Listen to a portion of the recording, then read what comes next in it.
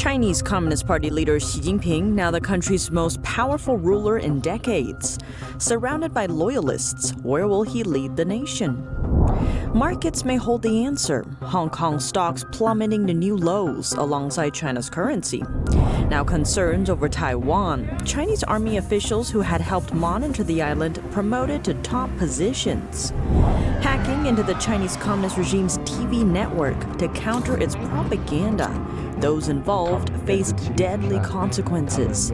Canada's pick for an Oscar brings the story to the big screen. And deterring a war with China demands cooperation. An expert says our leadership needs to shift their approach.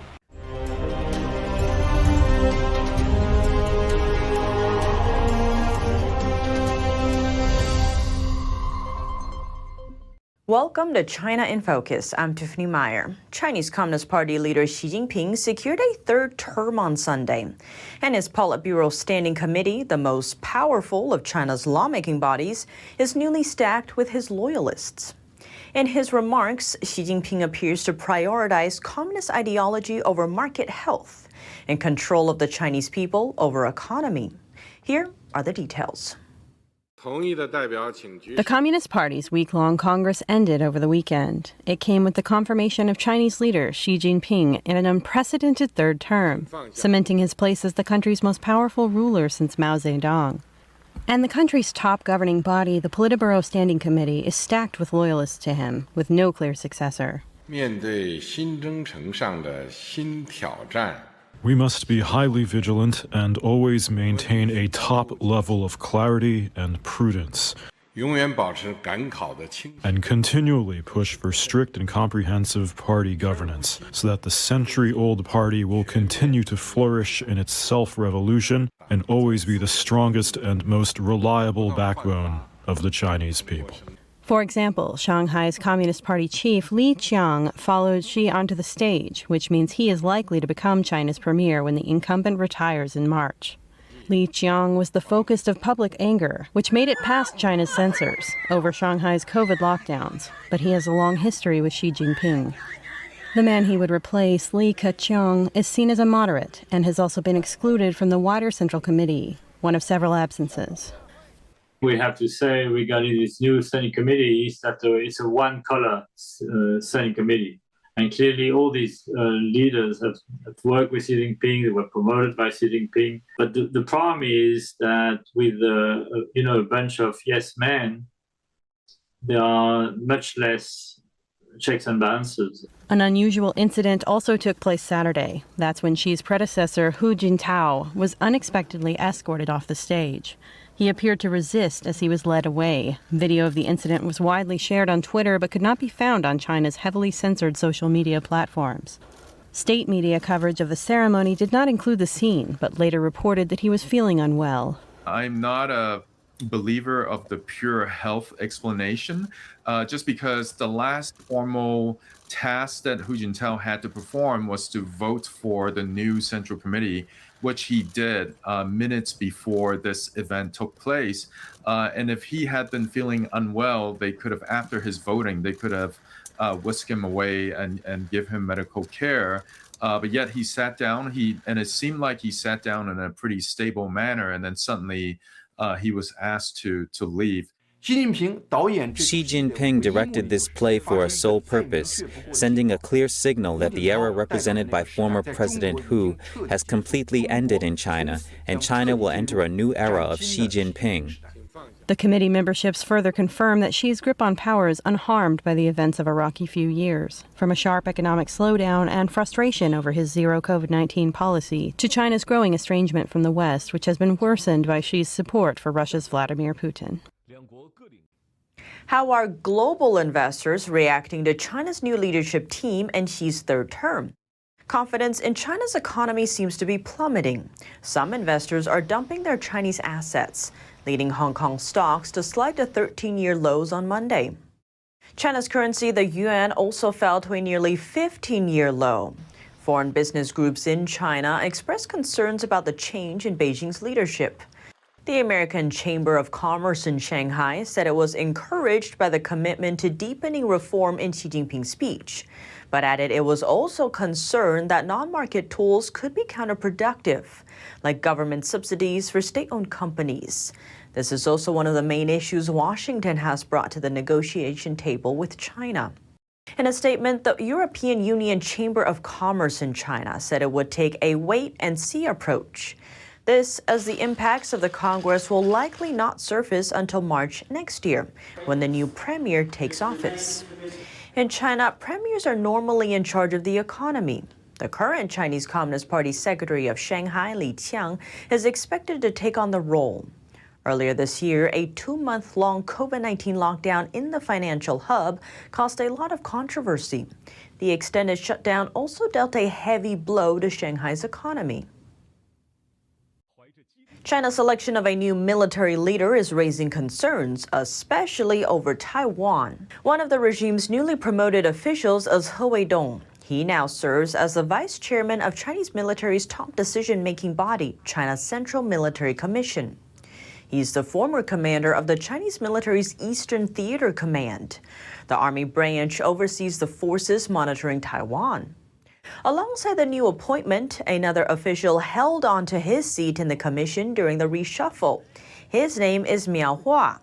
Miao spent over 2 decades of his career in China's Fujian province, located just across the strait from Taiwan. Over on the island, reporters asked Taiwan's defense minister if he was worried that a Chinese invasion may happen during his term. Here's Chou's response. I've never been concerned about this, but we've been making preparations since I was in military school. No matter if China invades by 2027 or not, when we prepare for war, we're preparing for things that could happen in the next minute, the next hour. He emphasized Taiwan's military would defend itself. China's economy rebounded in the third quarter, but the revival will face challenges long-term by persistent COVID-19 curbs, a prolonged property slump, and global recession risks. Let's zoom in.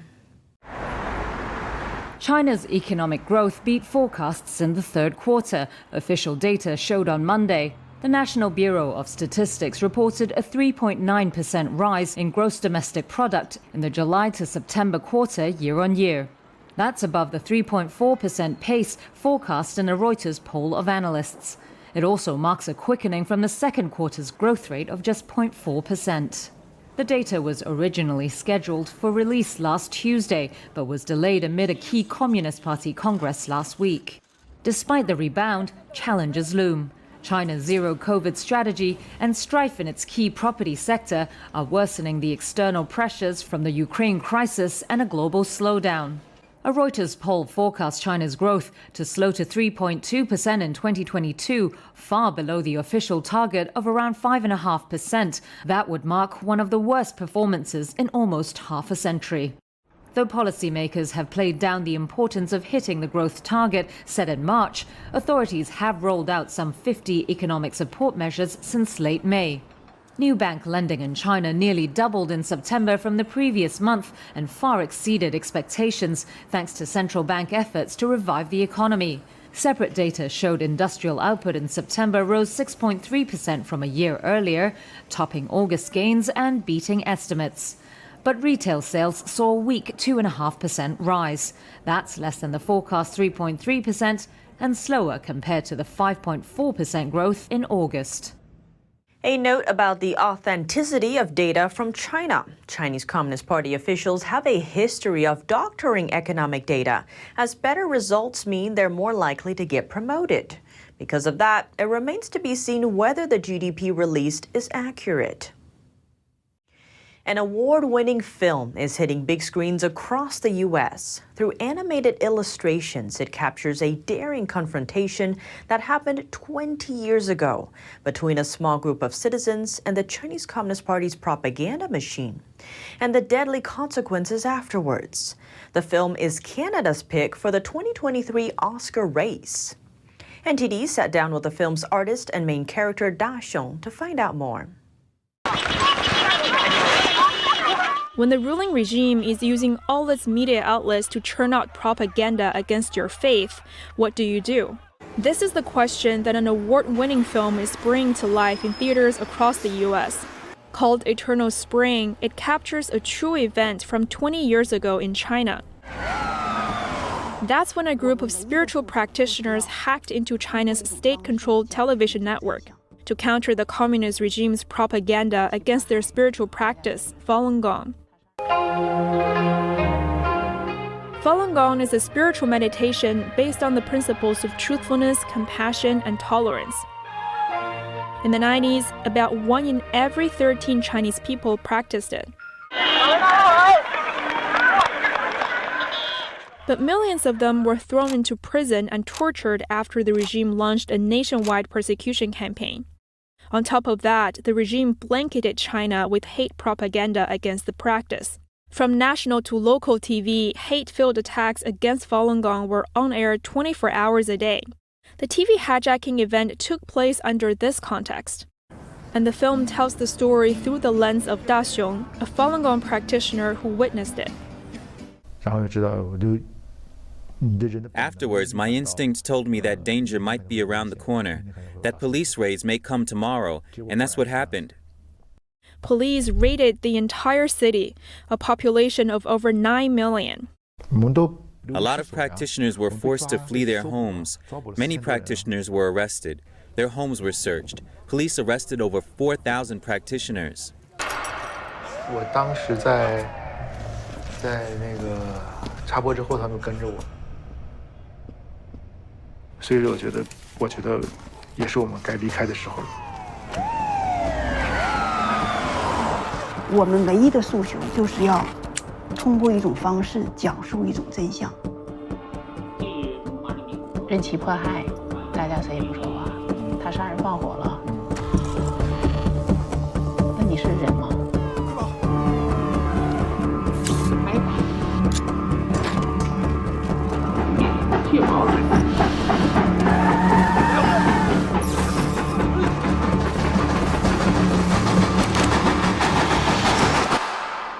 Da Xiong is also a renowned comic book artist.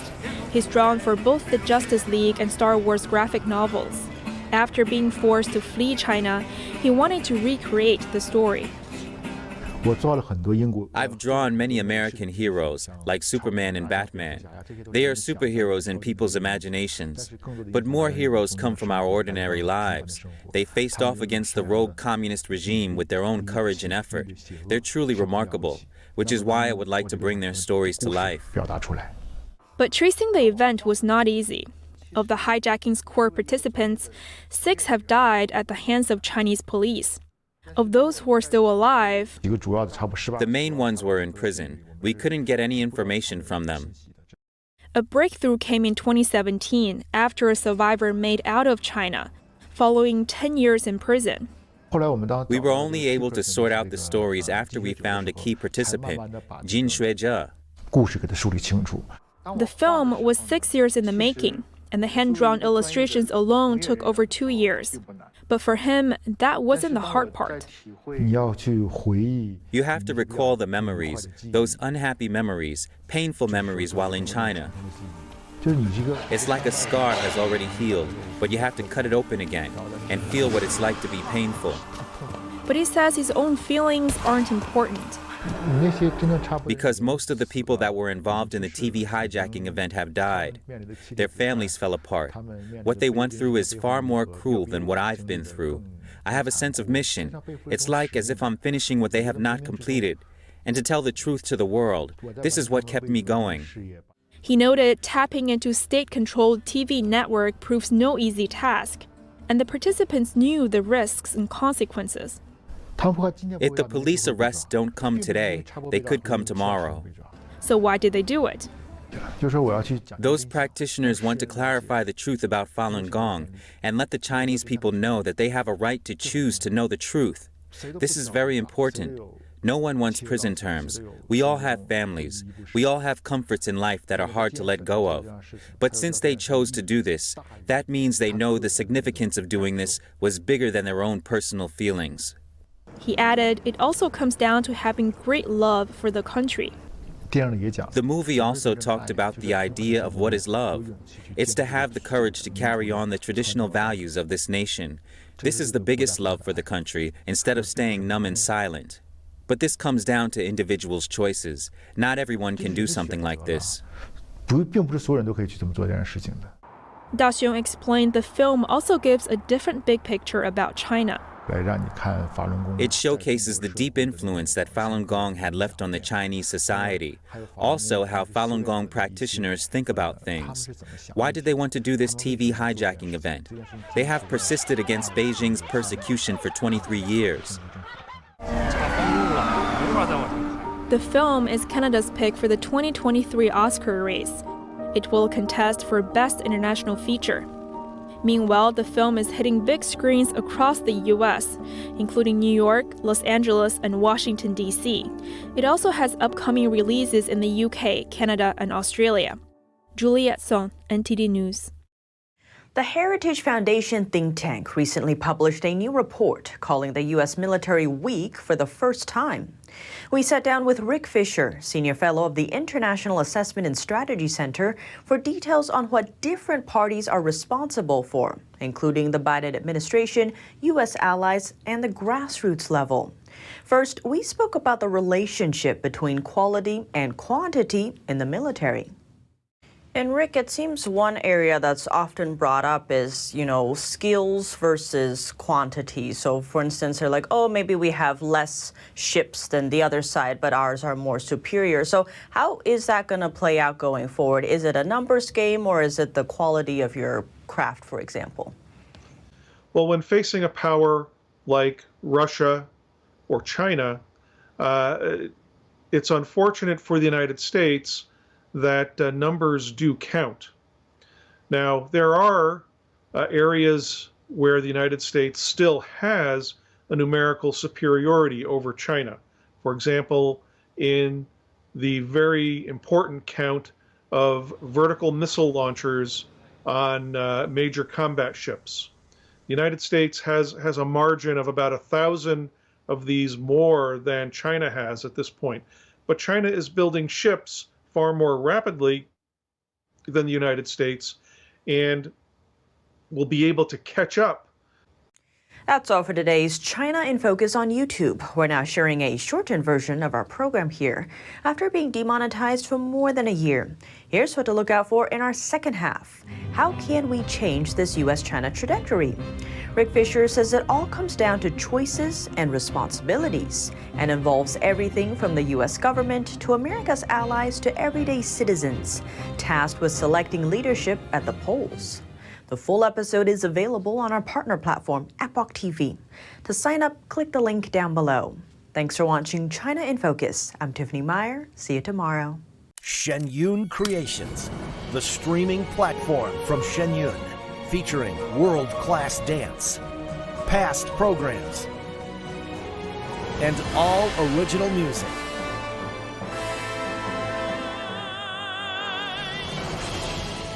Masterclasses, behind the scenes, comedy, and more. Explore ShenyunCreations.com.